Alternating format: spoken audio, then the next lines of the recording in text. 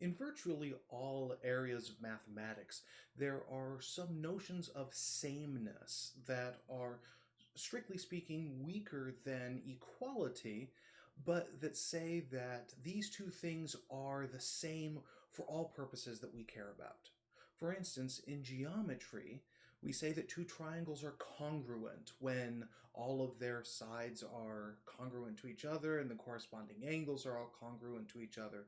And what that tells us from a geometric point of view is that these two figures are the same. They carry the same geometric properties, they carry the same geometric data, and anything that you say about one, you can say about the other.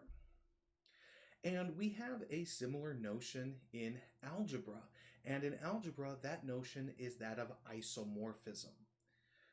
Now, the word isomorphism does in fact suggest what it means. Iso is from the Greek, it means same. Morphism means shape. And so we say that two groups are isomorphic if they have the same shape. That is, to make it slightly more precise, that if we have two groups that only differ in how we label the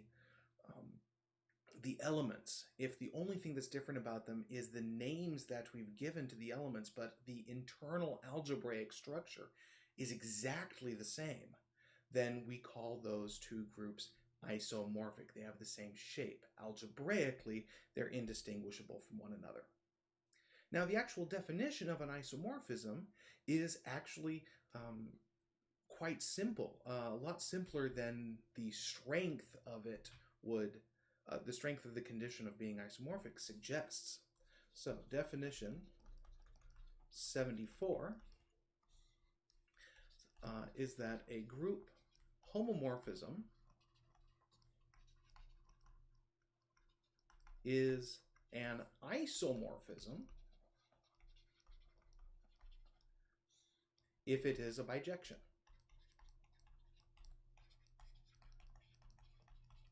An isomorphism is simply a bijective group homomorphism. If G and G prime are groups, and there exists an isomorphism, phi going from G to G prime, then we say that G and G prime are isomorphic, and we write G isomorphic to G prime. Now this symbol here, let me go ahead and rewrite that a little bit better. It's got equality with a little tilde symbol over it. It's also the same symbol that is used in geometry, usually to indicate congruence.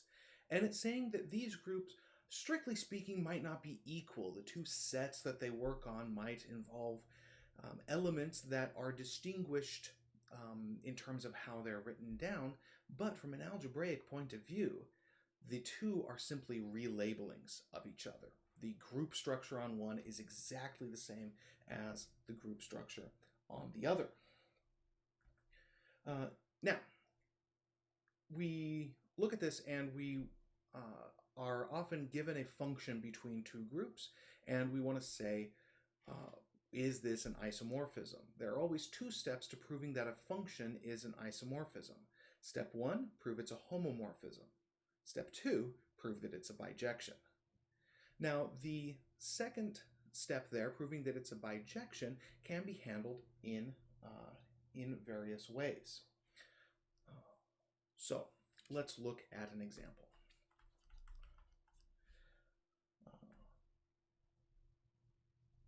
So let's let G be the set of real numbers with addition, and let's let G prime be the set of positive real numbers under multiplication. These are both groups. And we claim that G is isomorphic to G prime.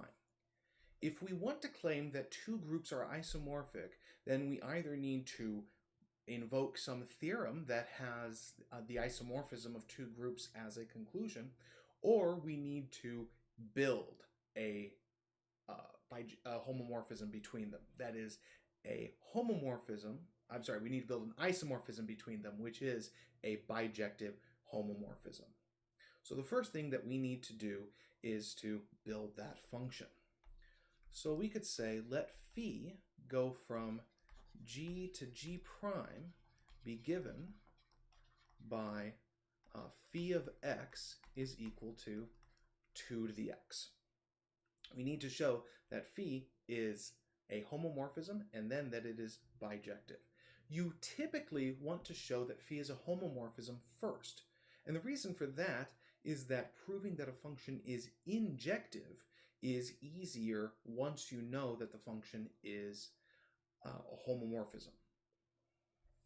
So, to see that phi is a homomorphism,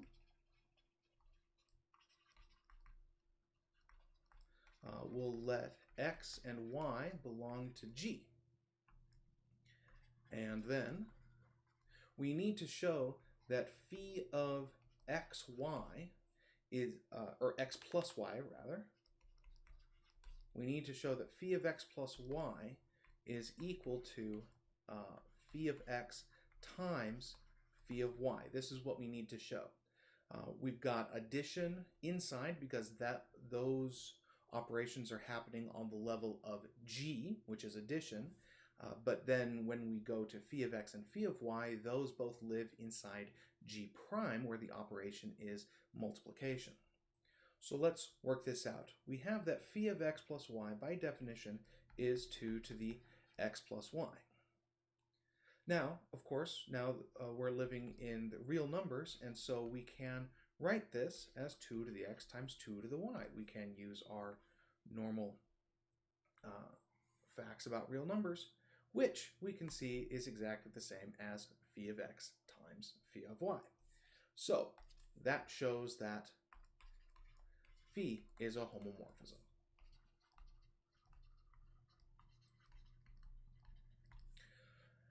Now we want to show that phi is a bijection. It's a homomorphism. We need to show it's a bijection. There are, in general, two ways that we can go about doing this.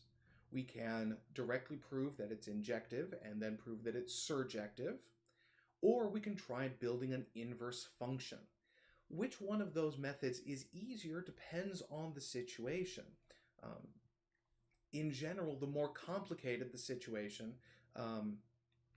the easier it is typically to prove the two conditions separately, injective and surjective. However, it can depend, and if you're having trouble proving bijection using one method, it's often a good idea to go and try another one. In this case, this situation is one where we could actually use either one, so let's do both. So method 1 for proving that phi is a bijection. Let's prove that phi is injective. Now, because we just showed that it's a homomorphism, we can prove that phi is injective by showing that the kernel is trivial. So to show phi is injective, we will show that the kernel of phi is only the identity of G. So if the kernel of phi contains only the identity element of G, then that means that phi is injective. So we'll do this by saying, let's let x be in the kernel of phi, and we're going to try to show that x is equal to 0. This means that phi of x is equal to the identity of G prime. Now G prime is the positive real numbers under multiplication. The multiplicative identity is 1.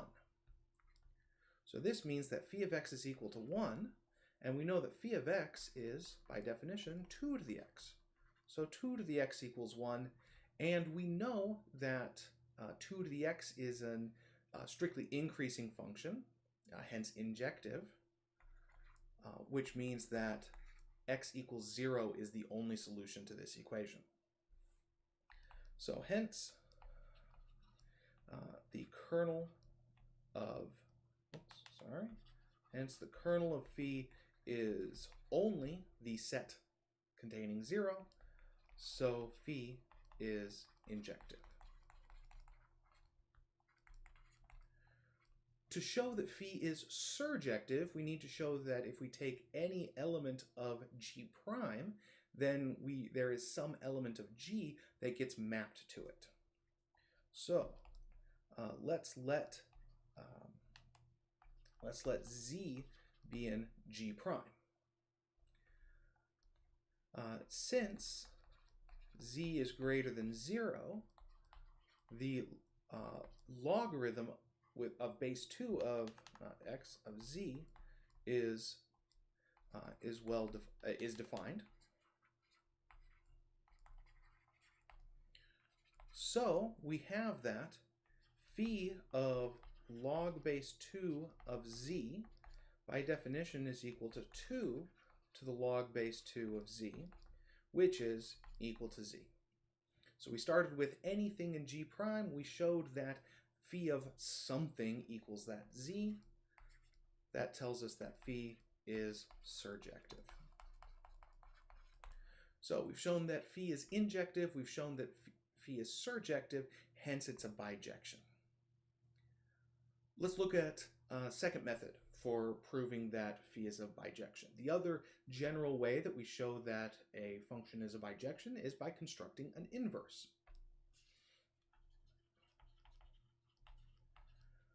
So method 2, we will construct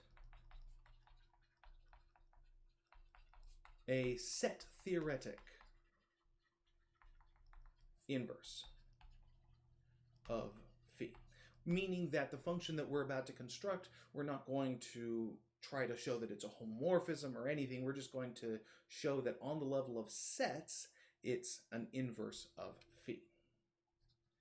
So let's let psi from G prime to G be given by psi of Z equals log base 2 of Z. You'll notice that this is very similar to the last step where we were showing that phi is surjective. In fact, generally speaking, when you try proving that phi is a bijection both ways, typically a similar argument to the one that you use for proving that phi is a surjection is also what you would use when constructing an inverse. So let's let psi from G prime to G be given by psi of Z equals log base 2 of Z. We claim that psi is equal to phi inverse. Let's prove this. Let's let x be in G. Then we have that psi of phi of x is equal to psi of phi of x, which is psi of 2 to the x, which by definition is log base 2 of 2 to the x, which we know is just x. Then we can say, all right, well, let's let Z be in G prime. Then phi psi of Z is equal to phi of psi of Z, which is phi of log base 2Z, which is 2 to the log base 2Z, which is just Z. So this shows that psi equals phi inverse, so that means that phi is a bijection. So our final line is that since phi is a homomorphism and a bijection, it is a homomorphism, an isomorphism, sorry, and so we have that G is isomorphic to G prime. Now, I want to emphasize you do not have to use both methods generally. You only have to use one. You just need to prove that your function is a bijection in any way you can. And once you prove it's a bijection and a homomorphism, that's it. It's an isomorphism, and your two groups are isomorphic. Now, I mentioned that when we are constructing these inverses, these set theoretic inverses in method 2, we don't have to check and see whether they have any nice algebraic structure. However, it turns out that they do, and this is a very useful fact that we can exploit. So, lemma 75 is one that says that if phi from G to G prime is a homomorphism, or I should say is an isomorphism, and psi is a set theoretic inverse of phi, then phi is an isomorphism. Actually, we want to weaken this slightly, and we can. We actually want to weaken each of these isomorphisms to homomorphisms.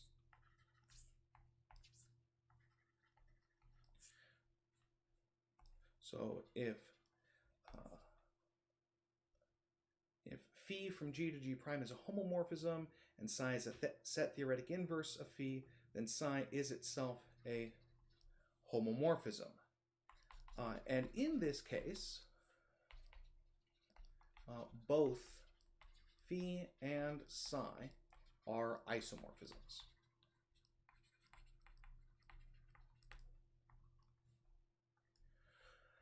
So one of the things that this does show is that the relation of isomorphism is symmetric. That is, if G is isomorphic to G prime, then G prime is isomorphic to G.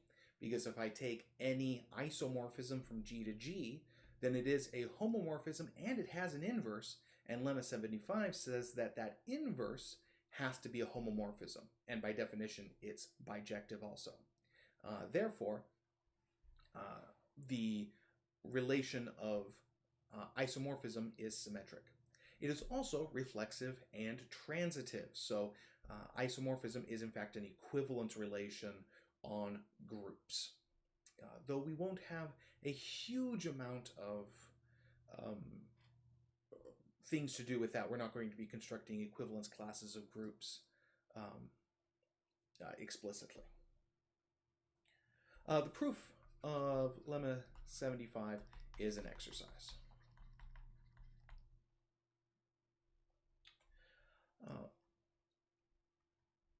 One remark that we can note immediately from the definition even of isomorphism is that if G and G prime are isomorphic, then the order of G is equal to the order of G prime. This comes from the fact that any isomorphism is a bijection on the level of sets, and two sets have the same cardinality if and only if there's a bijection between them. And so if two sets are isomorphic, there is a bijection between their underlying sets, and therefore their underlying sets have the same cardinality. This can also be used to show that two sets are not isomorphic. So in particular, we have that if the order of two sets is not equal, then they are not isomorphic. So, for instance, we have that the symmetric group on three elements, which has cardinality 6, is not isomorphic to the symmetric group on 4 elements, which has cardinality 24. And we can use this to say things like the group of integers under addition is not isomorphic to the group of real numbers under addition because they do not have the same cardinality. They do not have the same order. There's, in fact, no bijection between them, and therefore there can't be an isomorphism between them either. Now, unfortunately, we don't have a converse to this statement. Just because two sets have the same cardinality does not make them isomorphic. So, for instance, notice that we have that the order of S3 is equal to the order of Z mod 6Z. They both have 6 elements, but S3 is not isomorphic to Z mod 6Z. Now, recognizing this last non-isomorphism can be handled in a number of ways. One of the best ways to do this is by thinking about the various properties of the different groups involved.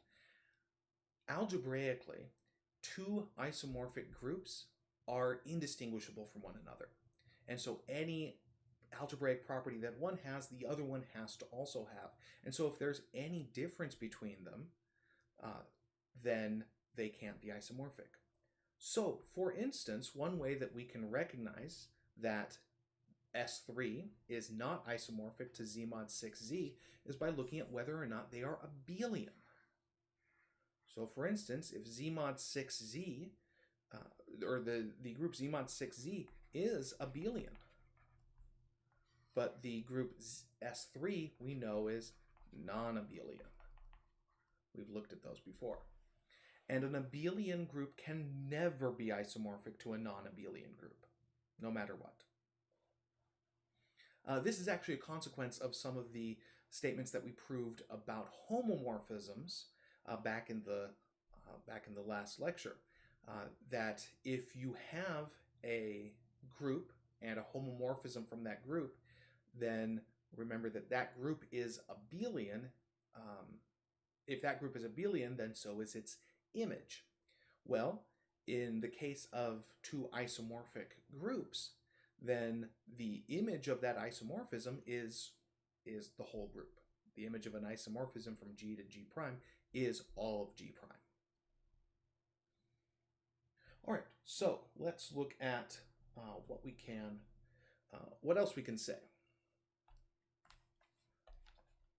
So if G is isomorphic to G prime, and let's say phi from G to G prime is an isomorphism, we know there's always at least one. If G and G prime are isomorphic, there might be just one, there might be more.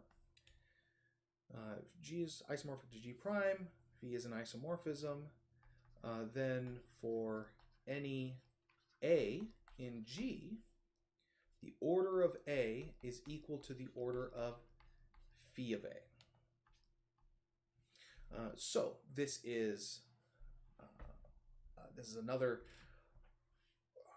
statement that shows us that isomorphisms preserve basically everything that you could want, even on the level of individual elements. Let's see why. So let's suppose that the order of A is equal to n. So now we have that if we take phi of A to the n, then that's going to be equal to phi of A to the n. That's just because phi is a homomorphism, which is phi of E, where E is the identity of G, which is E prime, which is where E prime is the identity of G prime. So that means that the order of phi of A has to divide n. This is also something we actually had the last time. But let's suppose, or rather, let's let the order of phi of A equal m. So now we have that the identity of G prime, which is E prime, is equal to phi of A to the m, which is equal to phi of a to the n. And since phi is injective, that means that a to the m has to be e, has to be the identity of G. So that means that the order of A divides M. So if we combine these two statements, we have that the order of phi of A divides the order of A, and the order of A divides the order of phi of A. The only way that happens is for the order of A to equal the order of phi of A. The only way two positive integers each divide the other is if they are equal. This gives us another way of recognizing when two groups are not isomorphic to one another. Let's take an example. So let's let G be the group Q with addition, and let's let G prime be the group of non-zero rational numbers with multiplication. We've seen these a few times. Now, it turns out that the order of G is in fact equal to the order of G prime. G and G prime are both abelian, and so both of the quick methods that we've seen so far for recognizing when two groups are isomorphic to each other don't work. However, we can recognize that these two groups are not isomorphic to each other in the following way. So note that if x is in G and x is not equal to 0, then the order of x is infinity. Since n times x is not equal to 0 for all n in the natural numbers other than 0.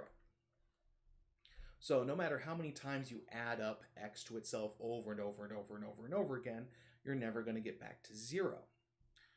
So the order of every element in Q with addition is infinity. However, every non-identity element. However, we have that in G prime, that -1 squared is equal to 1, which is the identity of G prime. So that means that the order of -1 is equal to 2 in the group G prime. Therefore, the group G prime has some element of order 2, and the group G has no element of order 2. All of its elements are have order that's either infinite or 1. The identity element has order 1, everything else has infinite order. Whereas in G prime, there's this element -1, which has order 2.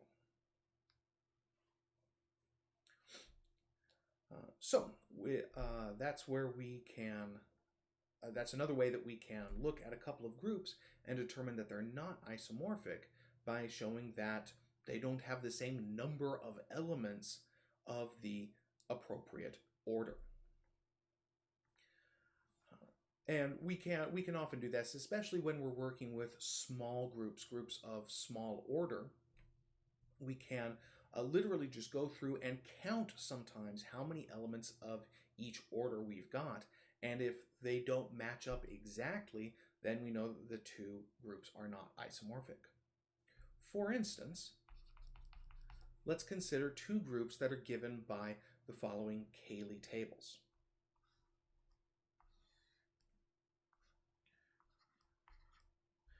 Let's do E, A, B, C, E, A, B, C. And we'll take the following. We'll do A times B is C, B times A is C, C is A, C times A is B, C times B is A. Here's one of our groups, the Cayley table for one of our groups, and let's take another one.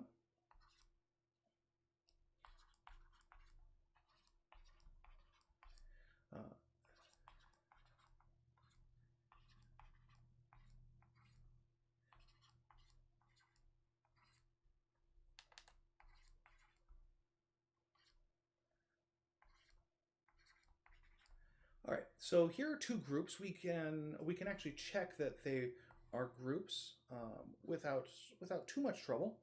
And in fact, again, they are both abelian. But let's see how many elements of each order they have.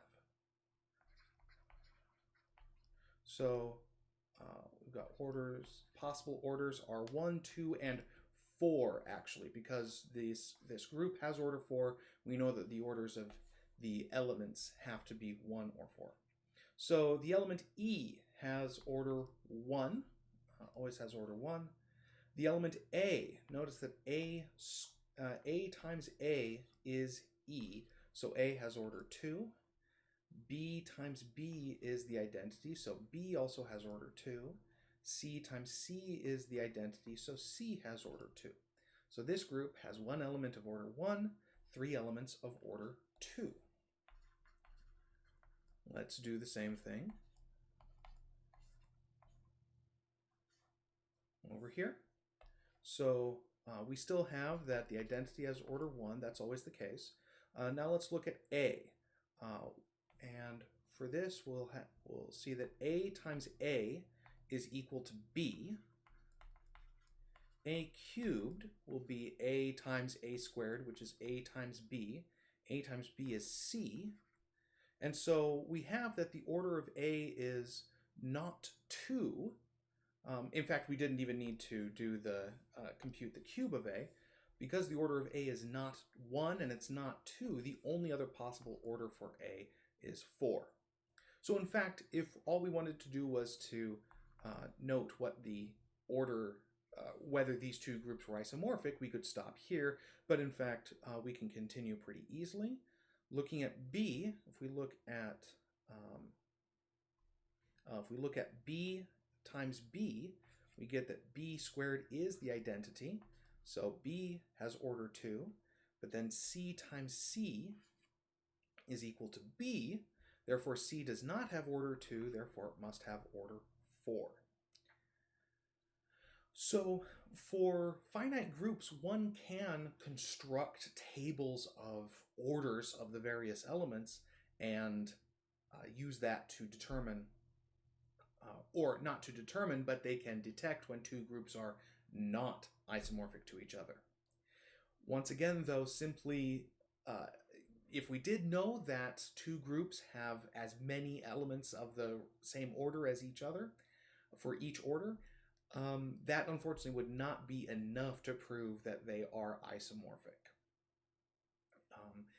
Being isomorphic is really a strong condition, and most of the tests that we have, most of the things that we can easily check about groups will only tell us that they are not isomorphic to each other. Typically proving that two groups are isomorphic to each other requires more work than the other way around. All right. The next result, or really just an example, is quite important and is part of the reason why from now on we will not tend to refer to a cyclic group, but rather the cyclic group. So any infinite cyclic group is isomorphic to Z.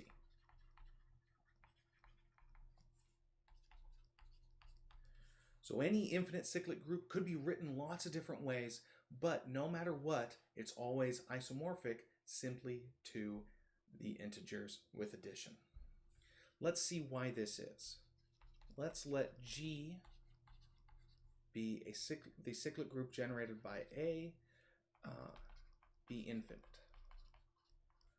So we have that the order of A is in fact infinity. So now let's let phi go from Z to G. When we're going to try to construct an isomorphism here between Z and G. Typically, when you are constructing your homomorphisms and isomorphisms, it's usually better to have as your domain the group that you know the most about. Often you'll be dealing with a couple of groups, and one of them you'll have lots of properties about. You'll know it's abelian, or you know it's cyclic, or something like that. And the other one you won't know as much about. In this case, we're dealing with two groups, one of which is an abstract infinite cyclic group. The other one is just the group Z. We know everything that there is to know about it, and so it's going to be easier for us to have Z as our domain in the isomorphism we're about to construct. Strictly speaking, it's not necessary to do this, but it's going to be a lot easier to do it this way. So we want to construct an isomorphism from Z to G. And so we want it to be given by phi of n equals something. Now, in order to figure out what to make this equal, of course, you've got lots of options. You will need to make sure that what you construct is a homomorphism, that it's a bijection, so forth. So a lot of times to figure out what it ought to be, it can be helpful to write down what the group G looks like so that you can find a natural way of taking an element of your domain and constructing an element in your target. So since G is an infinite cyclic group, we know that it looks like E, A squared, A cubed, etc., but then A inverse, A to the negative 2, etc., going on backwards. This is what the group A looks like. And if we write this out, then we can see that we've got a collection of integers showing up very naturally here. Negative 2, negative 1, then 0, then 1, then 2, then 3, so forth. And so it's very natural to say, well, let's let phi of n just be a to the n. Now we claim that phi is a bijection. Sorry, not just a bijection, but a isomorphism. First step, we need to prove that it's a homomorphism. So let's let m and n belong to Z. Now we have that phi of m plus n, and we want to eventually prove that this is equal to phi of m times phi of n. So phi of m plus n is equal to a to the m plus n, which we know is a to the m times a to the n, which is equal to phi of m times phi of n. There we go. So this means that phi is a homomorphism.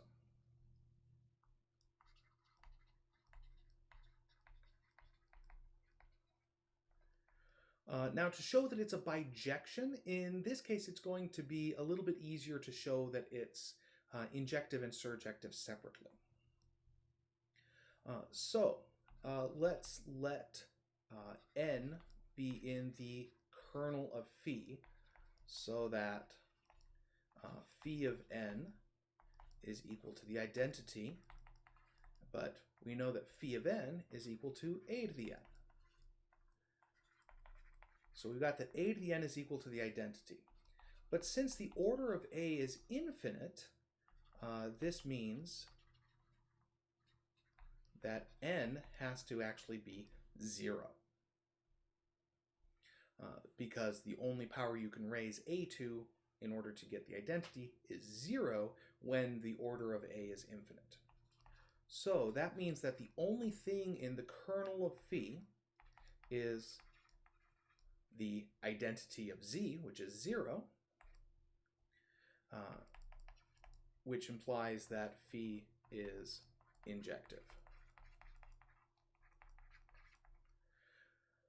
Now, to prove that phi is surjective, we can use the following. We can let B be in G. Since G is cyclic, B is equal to a to the n, which is equal to phi of n for some n. So that means phi is,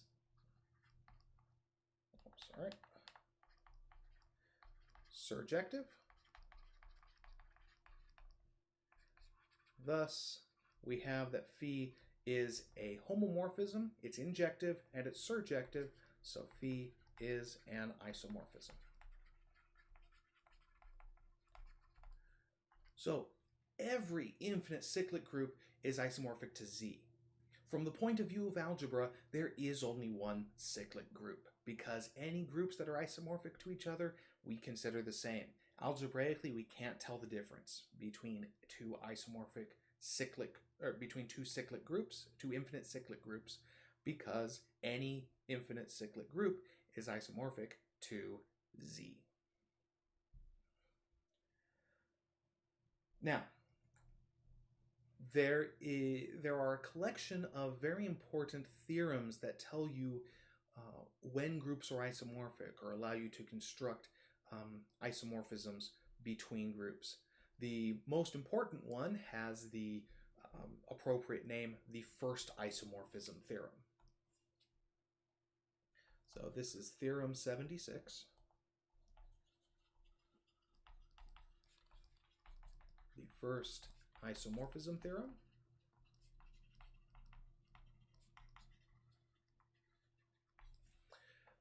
And it gives us that if phi from G to G prime is a surjective homomorphism,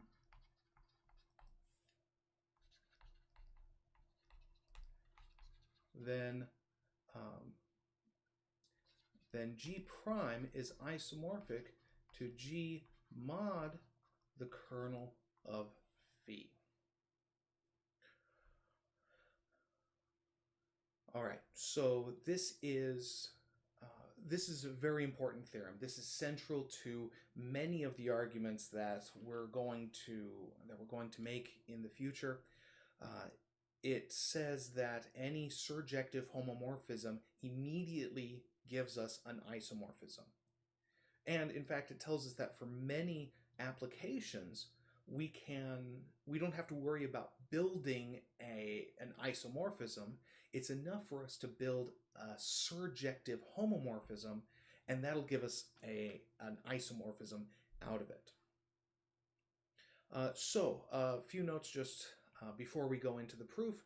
Recall that the kernel of a homomorphism is always a normal group, which means that that factor group in the isomorphism is always defined. We don't need to worry about whether that factor group is well defined or not, because of the fact that the kernel is always a normal subgroup. All right, so let's see how this goes.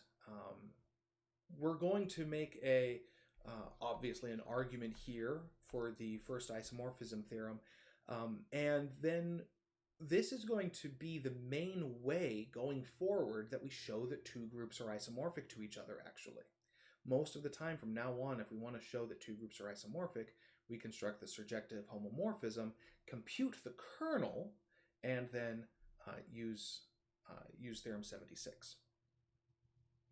So, for the proof, first of all, we have that since phi is a homomorphism,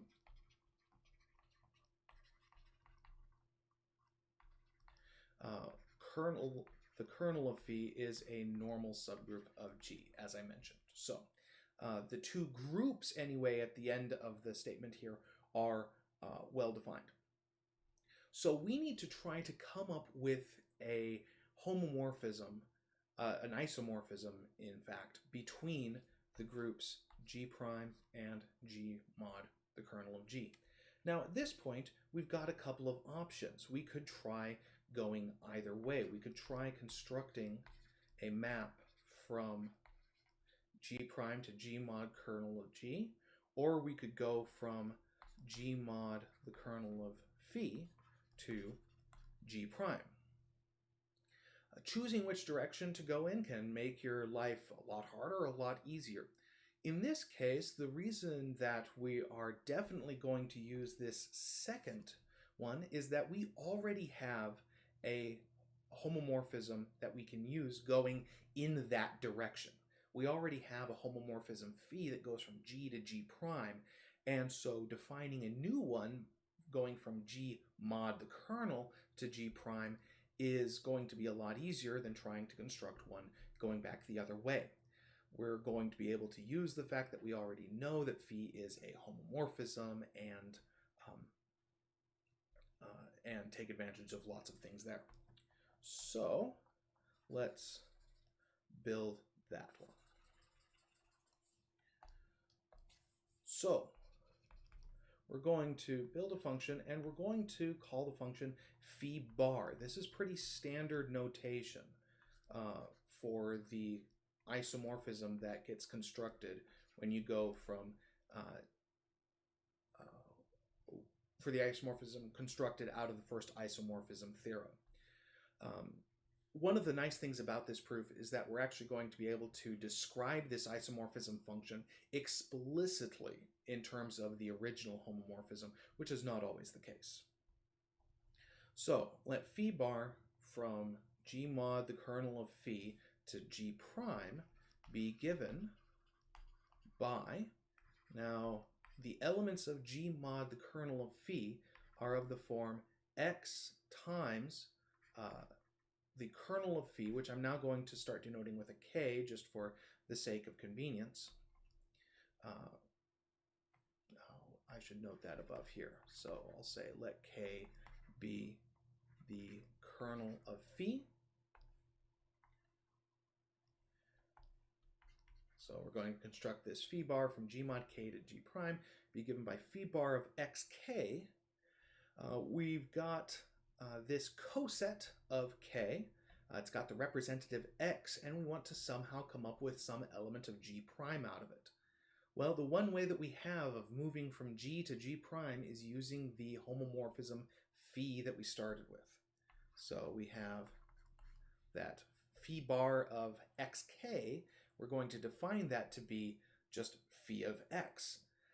Basically, what we're doing is we're taking everything on the left, we're moving it over to G prime. We're going to be using essentially the same homomorphism, only now it's operating on the level of cosets rather than the original elements of G.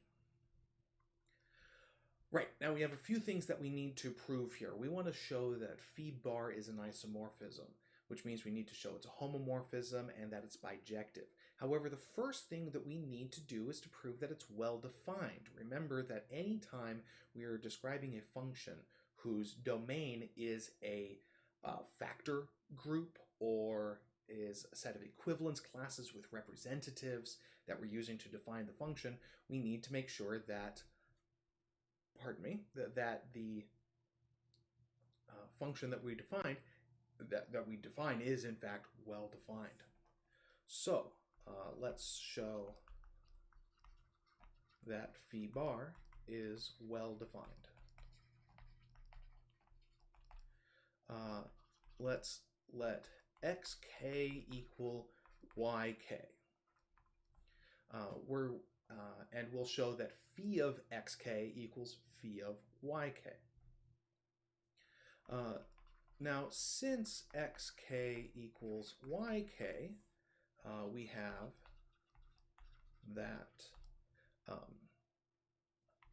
that x inverse times y belongs to k. So we have that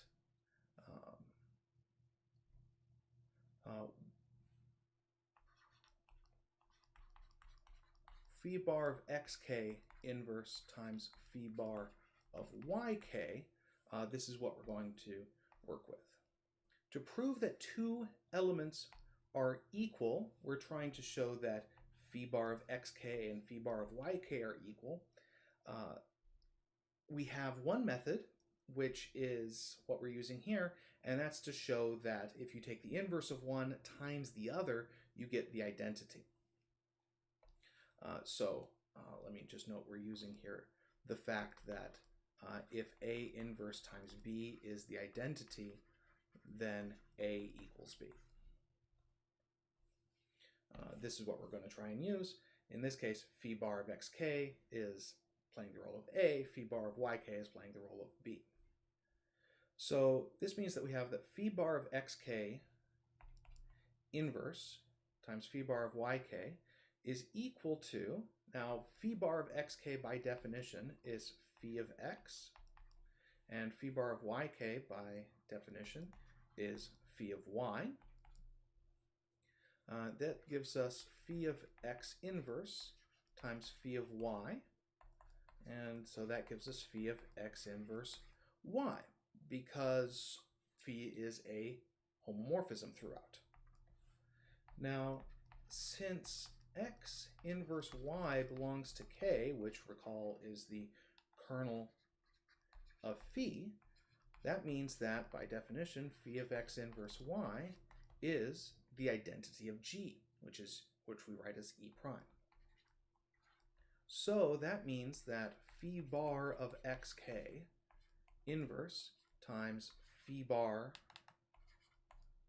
of yk is the identity of G. So that means that phi bar of xk equals phi bar of yk. Thus, phi bar is well defined.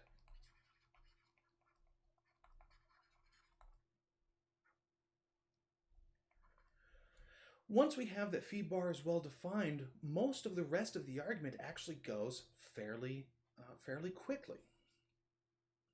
So let's show that phi bar is a homomorphism.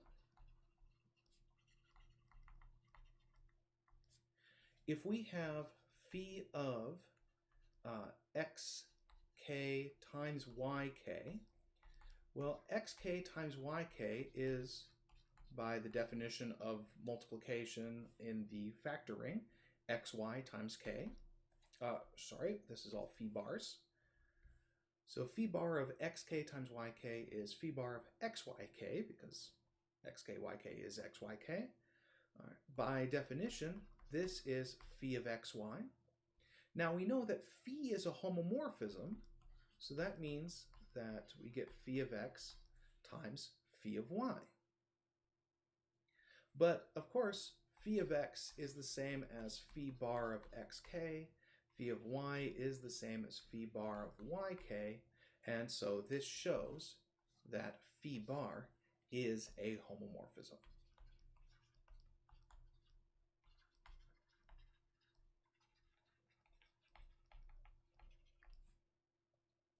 All right, let's show that phi bar is injective. Again, because we now know that phi bar is a homomorphism, we just need to show that the only things in the kernel are the identity element. So let's let xk be in the kernel of phi bar, so that phi bar of xk is the identity of G prime,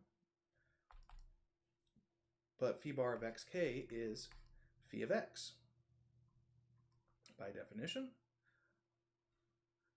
So now, or rather, this means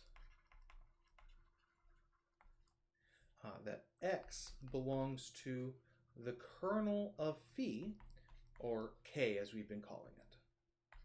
So that means that xk, this random element of the kernel of phi bar, is in fact equal to k, which is the identity element of G mod k. Thus, the kernel of phi bar simply contains the coset k, and so phi bar is injective.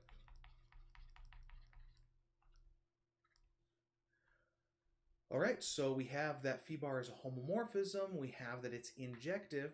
The surjectivity of phi bar is going to come directly from the surjectivity of phi. So now we can let Z be in G prime. Since phi is surjective, there exists X in G such that phi of X equals Z. So that means that phi bar of xk is equal to phi of X, which equals Z. So that means that phi bar is surjective. Hence, we've shown that phi bar is well defined. It's a homomorphism. It's injective. It's surjective. And therefore, phi bar is an isomorphism. Thus, we have that G mod K is isomorphic to G prime.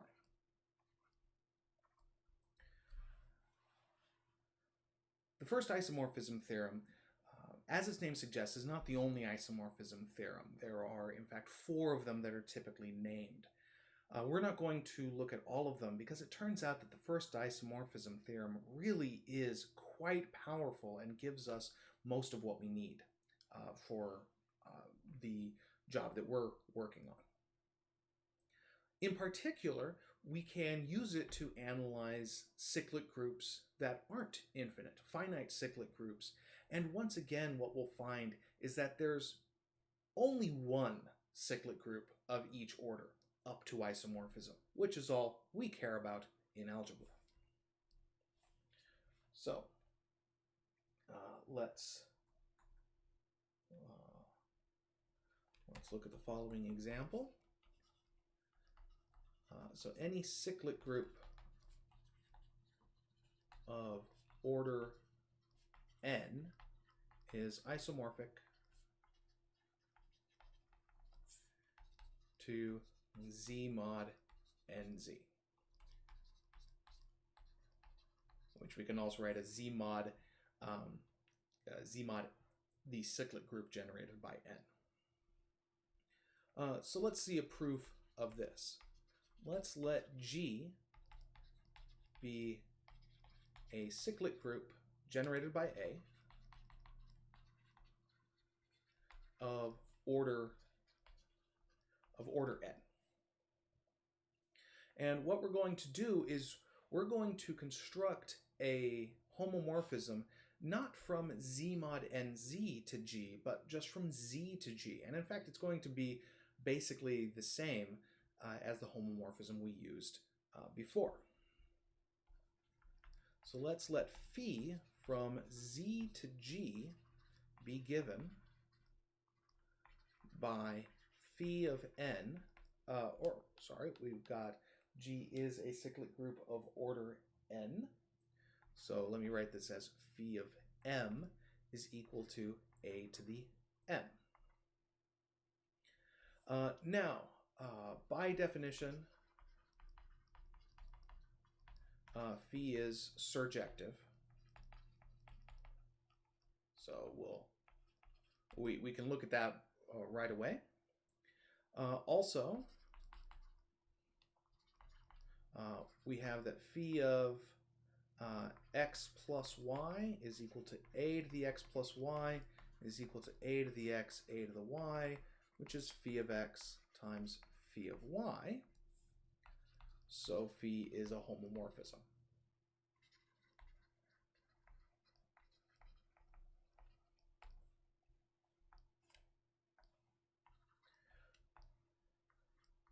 So we have that phi is a surjective homomorphism. So by the first isomorphism theorem,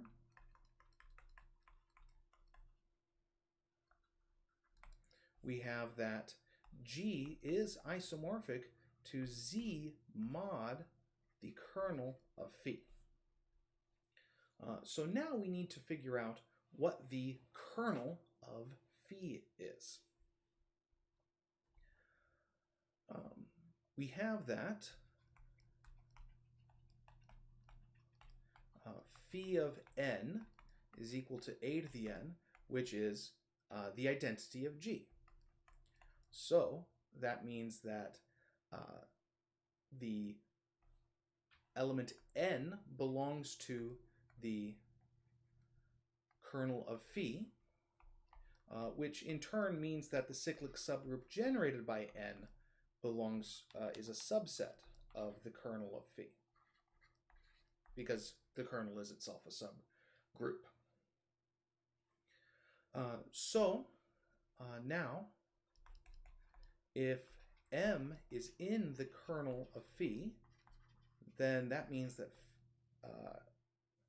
that E is equal to phi of M, which by definition is a to the m. So remember that if a to the m is equal to the identity, that means that n divides m. So in particular, this means m belongs to the cyclic subgroup generated by n. Therefore, this tells us that the kernel of phi is a subset of the cyclic subgroup generated by n. But we had the other containment earlier. Hence, the kernel of phi is equal to the cyclic subgroup generated by n. And so we have that G is isomorphic to Z mod the cyclic subgroup generated by n, which is just another way of saying Z mod NZ. So this example is showing us that there's really only one cyclic group of order n if we consider two groups the same if they're isomorphic, and we do. So from now on, we will typically be talking about the cyclic group of a given order, the cyclic group of order 6, the cyclic group of order 12, because there's only one of them up to isomorphism. Any two cyclic groups of the same order are isomorphic to each other because they're both isomorphic to Z mod NZ.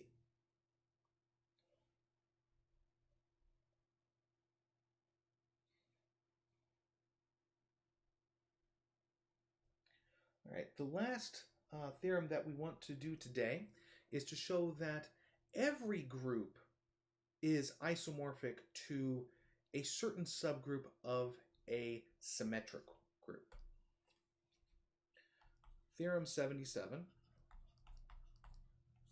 says every group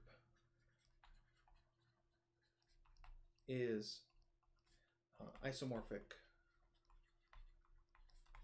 to a permutation group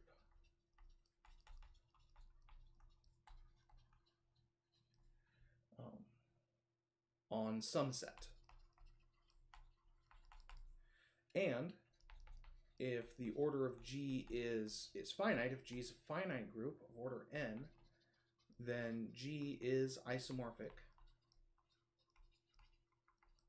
to a subset of Sn. So every group is isomorphic to a permutation group on some set, and in particular, every finite group is isomorphic to a subset of some symmetric group. One way of thinking about this is that in some ways the symmetric groups capture all of the possible algebraic structure that you could possibly have on finite groups. So let's look at the proof. Let's let SG be the set of, or group rather, of permutations of the set G. Thinking of G just as the set of its elements, it's a perfectly good set, and we can look at the collection of all permutations, that is, the set of all bijections from G to G. We will show that G is isomorphic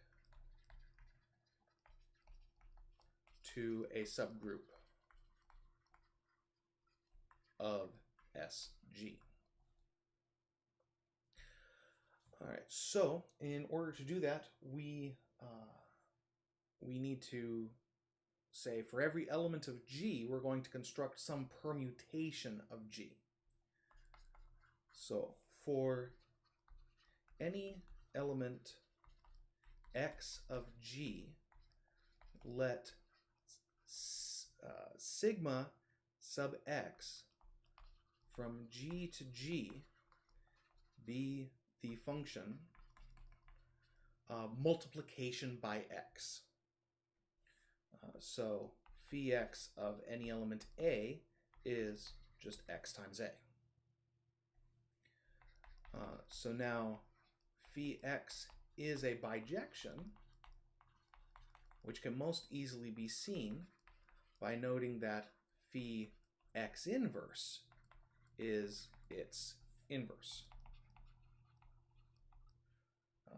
So if I have phi X inverse of phi X of some element A, that's going to be phi X inverse of XA, which is going to be X inverse XA, which is A. And similarly for the other direction. So let's let phi from G to SG be given by phi of X equals sigma X. So we're going to take every element X to the permutation, which is defined by it, where the permutation is accomplished by multiplying on the left by X. Every element gives us a permutation this way. Now, this phi is not generally going to be surjective onto the set SG, but it is, by definition, surjective onto its image, and that's what we're going to use here. Sorry about that.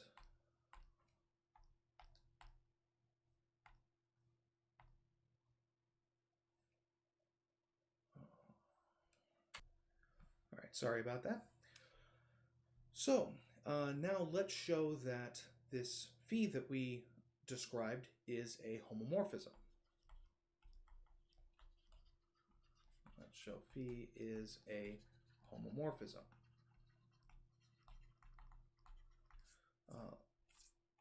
So we'll let X and Y belong to G, and we want to show that phi of X times Y is equal to phi of X times phi of Y. Now phi of X times Y is sigma XY. It's the permutation, a function, which is given by multiplication on the left by the number X, or by the element XY. Now phi of X times phi of Y is phi of X times phi of Y, and remember the operation here is composition. And we want to show that these two values are the same. These two functions are the same, phi of xy and phi of x composed with phi of y. The way that we typically show that two functions are the same is by showing that they're the same on each input. So for any element A of G, phi of xy is equal to, phi of xy of A, I should say, is equal to xy times A. Well, this is certainly equal to x times ya, which is sigma x of ya, which is sigma x of sigma y of A, which is sigma x composed with sigma y of A.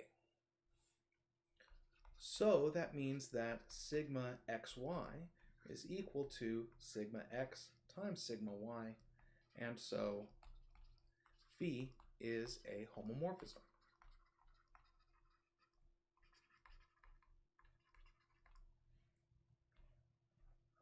Next, we're going to show that phi is an injection. So let's let x be in the kernel of phi, so that phi of x, which is sigma x, is the identity of the permutation group SG. Well, the identity permutation is the identity permutation, which is going to be the function that just takes every element to itself. This means that phi x of A equals A for all A in G, but phi x of A is just x times A. So phi x of A is x times A, which means x times A equals A for all A in G. But if we cancel the A's, we get that x is the identity element of G. Therefore, the kernel of phi contains only the identity element E, and so this means phi is injective. Now, we can use the First Isomorphism Theorem now. Phi is not surjective onto SG, but we have that phi going from G to the image of G is surjective, basically by definition. Because phi of G, the image of phi, is just the set of all things that are the outputs of some of phi for some possible input. By definition, phi is surjective onto the image of phi. So by the first isomorphism theorem, we have that phi of G is isomorphic to G mod the kernel of phi. Now, we worked out that the kernel of phi is the identity, or is just the singleton set containing only the identity, and G modulo the identity subset is in fact isomorphic to simply G. This we can also recognize using the first isomorphism theorem, where the surjective homomorphism we use is the identity homomorphism from G to G. And then, since phi of G is a subgroup of SG, that tells us that we are done. So every element of, or every group rather, is isomorphic to a subset of some permutation set. And if the group is finite, then in fact it's isomorphic to a subset of just the symmetric group on n elements, where n is the order of G.